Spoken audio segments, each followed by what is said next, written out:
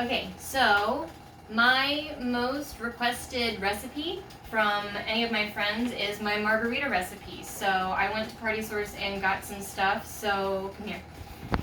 So there's two ways you can make this. I have prepared a jar of all of the juices and ingredients pre-prepared into margarita mix. So this is ready for your tequila and your liqueur. But if you do not think that you'll use up all of your juice in a week, this is also, I'm going to build one at a time. So we've got fresh lemon juice, fresh orange juice, fresh lime juice, some homemade simple syrup, which is super easy to make. And then to my margarita mix recipe, I also had two different kinds of aromatic bitters. So the first thing that you always want to do when you're making a cocktail is you want to prepare the glassware that your cocktail is going to end up in. So I like a salted rim. Some people do a sugar rim. I'm not going to judge you for that. You want to take one of the limes that you didn't juice and cut a slit in it so that you can fit it around the edge of your glass and wet it with lime juice. And in whatever shallow dish you have prepared your garnish in, dip your wet rim into your salt or your sugar, or you can use tajin or chili lime and all sorts of stuff, and you want to go ahead and get that glassware ready. So when you're done shaking your cocktail, it's ready to go. You don't have to scramble to get that put together. So I'm a nerd. I have a Boston shaker tin set. If you don't have a Boston tin coupling, you can achieve this with sometimes a solo cup. A red solo cup will fit around your pint glass. Any two things that meet together and couple will be fine. You're gonna make a mess a little bit anyways because you're just exchanging liquids from container to container. So I choose to always build my cocktail in a pint glass with no ice first. That way, if I've mismanaged any of my measurements, it's very easy to tell. And I'm not risking diluting any of the juices or the liquors that I am using. So, if you're a glutton for punishment and you do not have anything that measures 1 ounce, 2 tablespoons is 1 ounce. But it's not necessarily important as to what number of ounces you use. You can, as long as you're doing it by parts, you're going to achieve the same result. So, 2 tablespoons is 1 ounce. Your standard shot glass is 1 1/4 of an ounce. If you're making pitchers, you can always use like actual little measuring cups. So I have my glassware garnished and ready, and the ingredients I use are as follows. So we're going to do 1 ounce of lemon juice, 1 ounce of orange juice,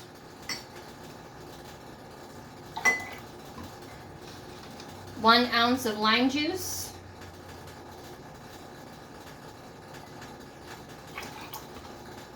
1 ounce of simple syrup,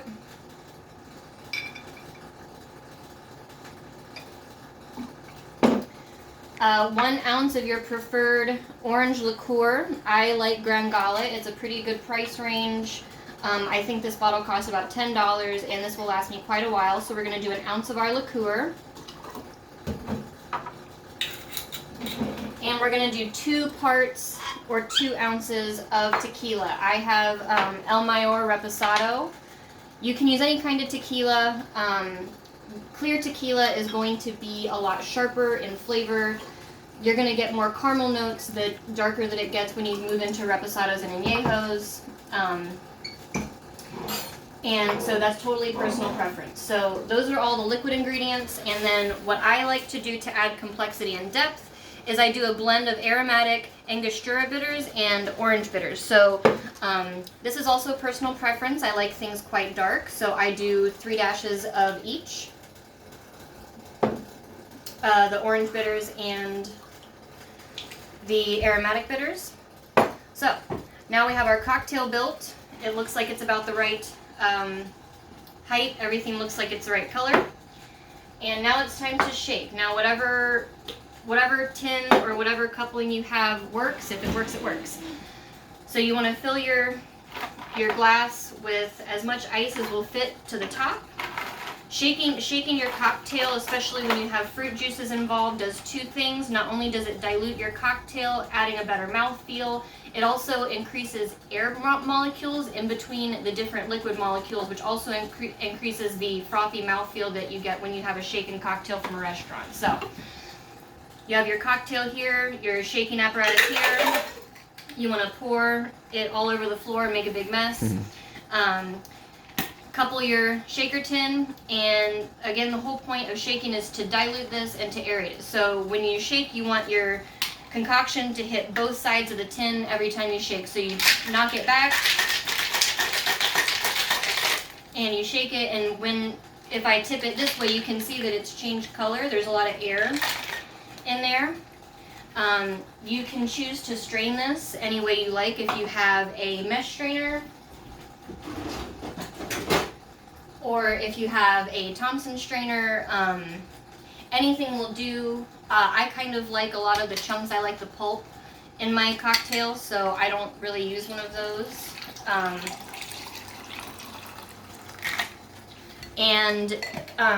This is also a point of preference, but when you get a cocktail at a restaurant, you'll always receive it usually strained with fresh ice in the glass. This does two things.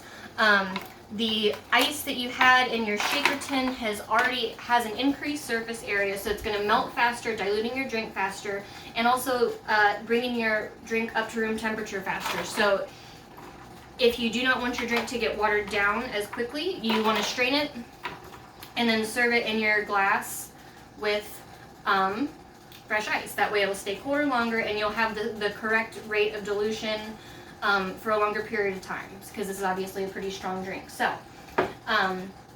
you can obviously build these by the one. For my margarita mix, all I did with this was, and these juices will keep for about a week. If you put the liquor in this, it will not last as long, but this just has the two kinds of bitters, the three juices, and the simple syrup, and that's all just stirred up into this. So you can do them by the one. If you choose to pre-make the mix, you will do 3 to 4 ounces of this added with your 2 parts of tequila and 1 part of your liqueur. So this, you've already completed the first 4 steps, or if you don't think that you'll use this in about a week, you can obviously juice fruit by the one and make margaritas one at a time. So that is my margarita recipe.